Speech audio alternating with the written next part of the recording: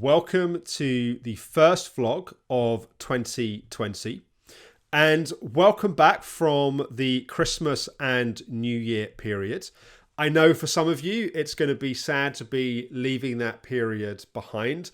I think for others it's going to be like a celebration of like we made it, we got through. I know for some people it can be a really challenging and difficult time of year. I think though also January can bring its own challenges as well. It's that time of year of goal setting, of kind of new year, new you. And I think when we feel kind of stuck or challenged or in difficult life circumstances, sometimes that kind of time of year, this time of year can almost feel all the more paralyzing and frustrating.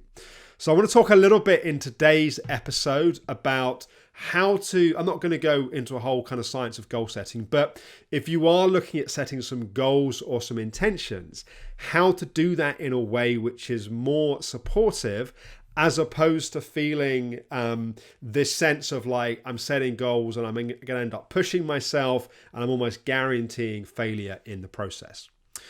Before we come to that though, just a couple of comments on some evolutions in this daily vlog and podcast series.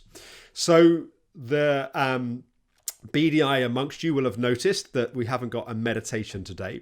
One of the things that I'm going to evolve over the coming few months is I'm just going to loosen a little bit the format and the structure of the daily episodes.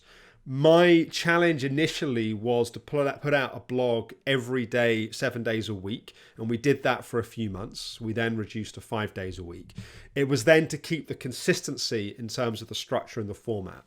And that felt like a really helpful way to get started with this. And also for the team and I to have some structure around it. But one of the things as I was reflecting on the project over the holiday period, as I was realizing I was feeling a certain pressure sometimes to kind of force my creativity into a rigid structure. And sometimes that's totally fine.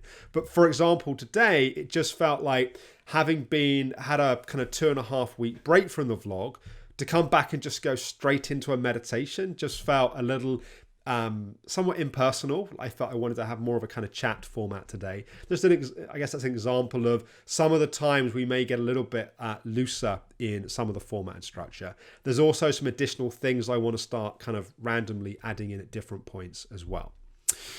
So the focus today is on, as I say, not a whole kind of goal setting kind of workshop, but if you are setting goals and if you are feeling some of that kind of pressure of kind of new year, new you, how do you do that in a way which is supportive to the physical and emotional healing process? Particularly if you're on a healing path from fatigue, one of the things that's very tempting to do is to pick goals that are measurable. Obviously, it's much better if you're setting goals around kind of budgeting or weight loss. Those things lend themselves really well to go, right, I'm going to lose this amount of weight by this point, or I'm going to save this amount of money by this point. It doesn't lend itself measurable goals in that way towards the recovery process, because the danger becomes, right, I'm going to be able to walk this amount of time by this particular point, or I'm going to be getting up at this time in the morning, this number of days a week. And at certain stages of the recovery process, that's totally fine. But other times, all we're ending up doing is our mind telling our body what it thinks it should be doing. And that's almost the exact opposite of what we want to be doing on the healing process. In fact, we almost want to be setting goals which are encouraging listening to our body. And some days that may mean that, yes, we are doing that walk or we're getting up. But other days, the most skillful thing we could be doing is not doing that. So the thing that I always say is focus goals around the habits, not the outcome of the habits. So for example, habits might be things like, I want to get better at listening to my body, or I want to commit to doing a certain amount of meditation practice each day, or I want to make sure that I don't get out of bed in the morning until I really check in and my body is ready to get up. But things that really encourage the habits we want to, like the positive habits we want to cultivate, are much more helpful and effective than what we perceive as the measurable outcomes of those. Another example might be that if you're working on your helper pattern, then your goal might be that before you agree to any kind of commitment to meet someone or do something for someone, that you're really going to check out with yourself, does that feel helpful and supportive of my recovery process? So you're going to set a goal around building your awareness and checking in with yourself. So by focusing on cultivating the positive habits that support us, it's much more healthy, it's much more helpful than looking at the thing like the outcomes that we're trying to achieve. Now, in doing this, the challenge can be that because it's not so measurable and we don't necessarily get that immediate sense of like, right, I commit that I'm going to do this and I follow through with it, therefore I feel the sense of achievement. We need to measure our success in a different way. In fact, often on the healing process, the measure of success that people have is often the worst thing you could be using to measure success. What I mean by that is if we have a day where we've done significantly more physical activity than we normally do, people around us may say, oh my God, you did so much more today. That's fantastic. That must mean you're getting better. And we may even think to ourselves, oh my God, like I managed to kind of go off and do this whole thing. But actually what we may have just been doing is just pushing even harder. And yes, we may have had a bit more capacity, a bit more energy reserves to allow us to push through. But it's not really a measure of success.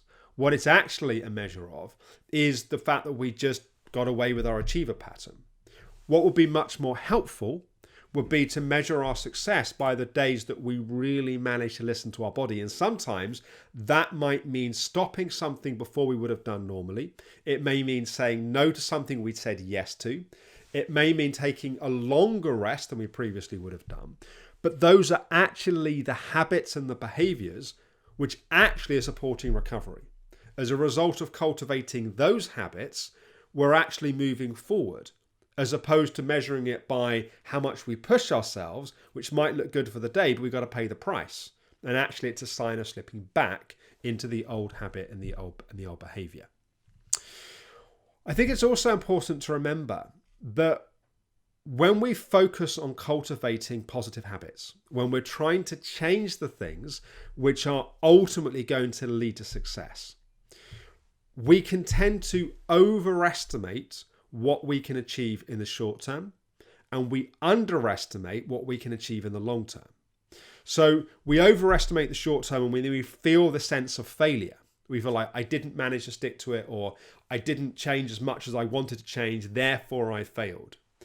But we underestimate actually how much may be happening in terms of the medium to long-term change. By focusing on changing the habits, by dealing with the kind of real core of what's happening, it can appear slow initially, but we're actually dealing with the real issue.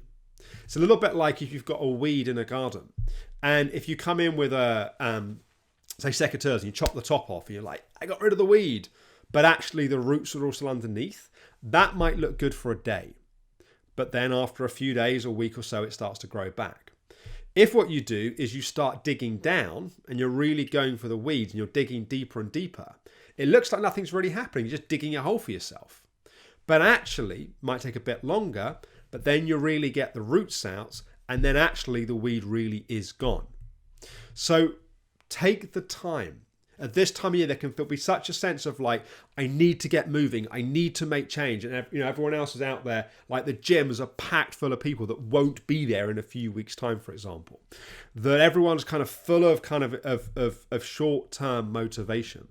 What really matters is what you're doing in 2, 3, 4, 5, 6 months' time. And that's what we're looking to cultivate. That may mean going more slowly.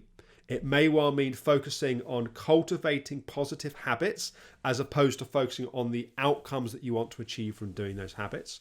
It may mean that you start more slowly. It may be that you check in and you're like, your body's like, Right now, I'm still in kind of survival mode from Christmas and New Year. I just need another week of just being left alone and cruising, and then I'm going to start putting in place some of the things that are going to be helpful and supportive. So it may be your biggest achievement in the next week of listening to your body is actually you don't start any new habits and any new behaviors. That may be your biggest breakthrough this week. And when the time comes, when it's like, yeah, it may be now, it may be a few days, it may be a few weeks, when the time comes, it's like, yeah, I'm ready to start putting in place some new habits and start cultivating some new behaviors. Then do it within the reference point of what we've been talking about here. Focus on the habits, not the outcome. Focus on listening to your body rather than working against it. Don't measure your progress by your unhealthy patterns playing out, i.e. pushing through. Measure it by the actual changing of those patterns. And remember, we tend to overestimate the short term anyway, but we underestimate what can be achieved in the medium to long term, particularly if we're dealing with the core underlying issue. So I hope that's been helpful. Tomorrow, the plan is Therapeutic Tuesday. I'm recording this on Sunday night and I'm recording a mini session tomorrow afternoon. So assuming that it appears suitable, that will come out on Tuesday. If not, in the looser format, there'll be something. So we'll figure out what's going to come out on Tuesday if it's not that mini session. But thanks for watching. Welcome back. I'm super happy to be back on the daily vlog and podcast.